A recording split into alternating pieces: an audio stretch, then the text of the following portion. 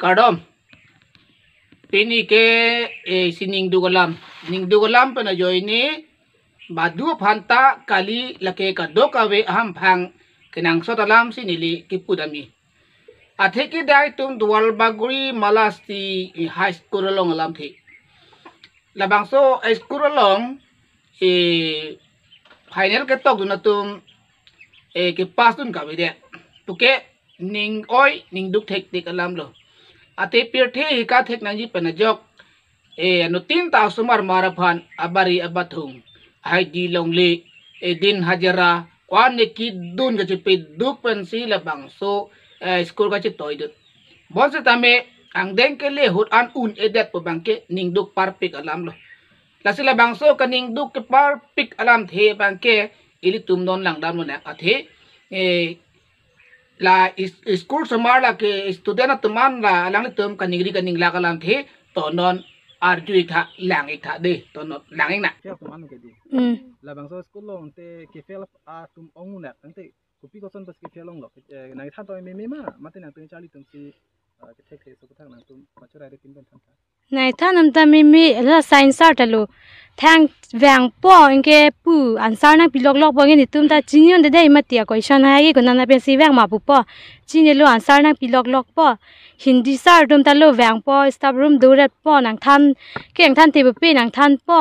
อันซาร์ให้หนังปีปีลูปูหนัง explain กางชมป้อหลานเวลลูอันเดดังนังท่านบางเอ็นเตการบิลัมเป็นสินท่านมาสมิสลัมเป็นสินท่านอาสมิสเป็นสินท่านตั้งนักตุ้มเดล่าสมิสไอศครีมบางนักตุ้มlasan kicali hur katura la poson doma English pen asamis pen sabto kisung poson doma ti samin nana tumta asamis pochini lor pen sedak tina ke duno mati ti nangte nang tumna asamis akhor kitok pen singlok la pen kapre kapre ke nang tum thek ke di ne la asamis akhor kitok la hai kapor hi pin ke thek sai de ke la ke thek ke di ante no na por nang tum la asamis script ajoni posina tum ke ferma mate copy posina tum fer lo so la master dum nang than si ke chok che ajoni si nang tu ke ferma mate la asamis script long nang tum la kimang hudam la son confusion do la so joni si nang tu ke fer lo so tak teacher nang than ti poloi ki fair ke science hai an ke fair lab ta ke pass lab long ke la hindi an vel lo ki fair ke hindi subject si fair lab te english ai gen de son la pass la hai ke english ke pass di इनके tiffin bank के सब्जेक्ट लोग का दो इधर हिंदी पे ना असमीज निके हिंदी ना बाकी ना प्रोफाइल हिंदी ना बाकी ते सब्जेक्ट लोग के सोशल साइंस पे हिंदी ला सोशल साइंस पे हिंदी के दी हिंदी ना बाकी हिंदी को पी सब्जेक्ट के हिंदी पे ना मैथमेटिक्स हिंदी बस तुम के साइड ले दी ते हेडमास्टर मेन बैंक को सुन headmaster main bank Hindi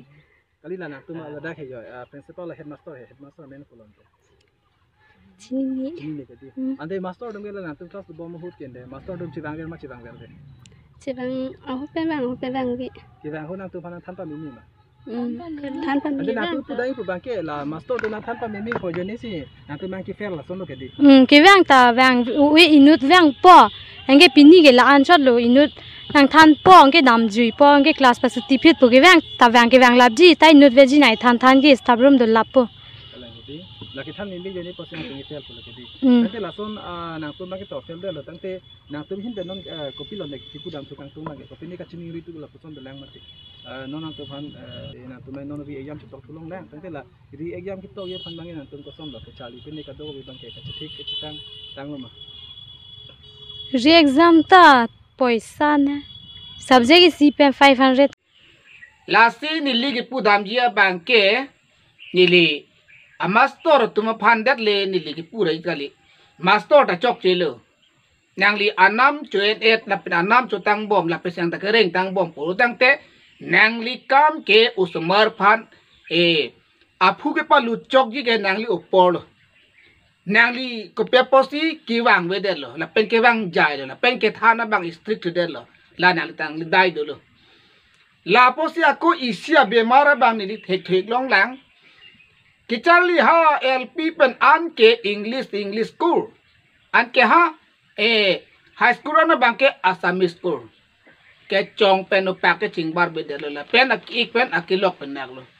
la sila bangso ka videja puthak school bang dak malas yelong la bangso high school Assamese la bang pawide na ji polam ni pudam gan istamen non mat prabjin pen la bang so school English school high school dak wanak po kali prodang te nitu masomar maratum ke a hemari chu open si ha kon ne dai thor lang klang wong thok ai ne thop si jong rong non ma ke an ke a hem man je trek plot a ke pacharali pulong te usomar ke andu se si na hok thola api apotum andu se duk sungula jo la sila bang so mena a hem tu ko bolong e ka charli long thor je phansi nili la education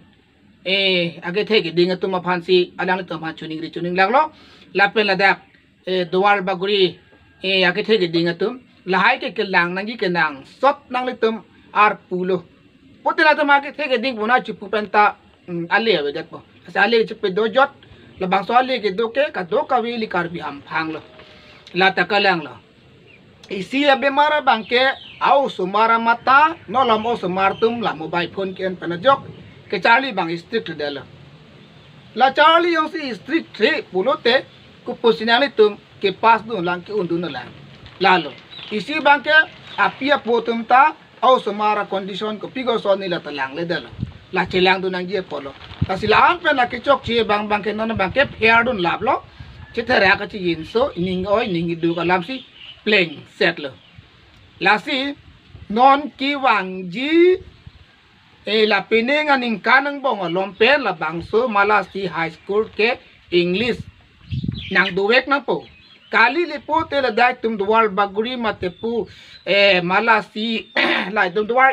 dlamra la area si o so marto man ke dak ke chali o so marto na hok pi ga lang la pe na hok be gi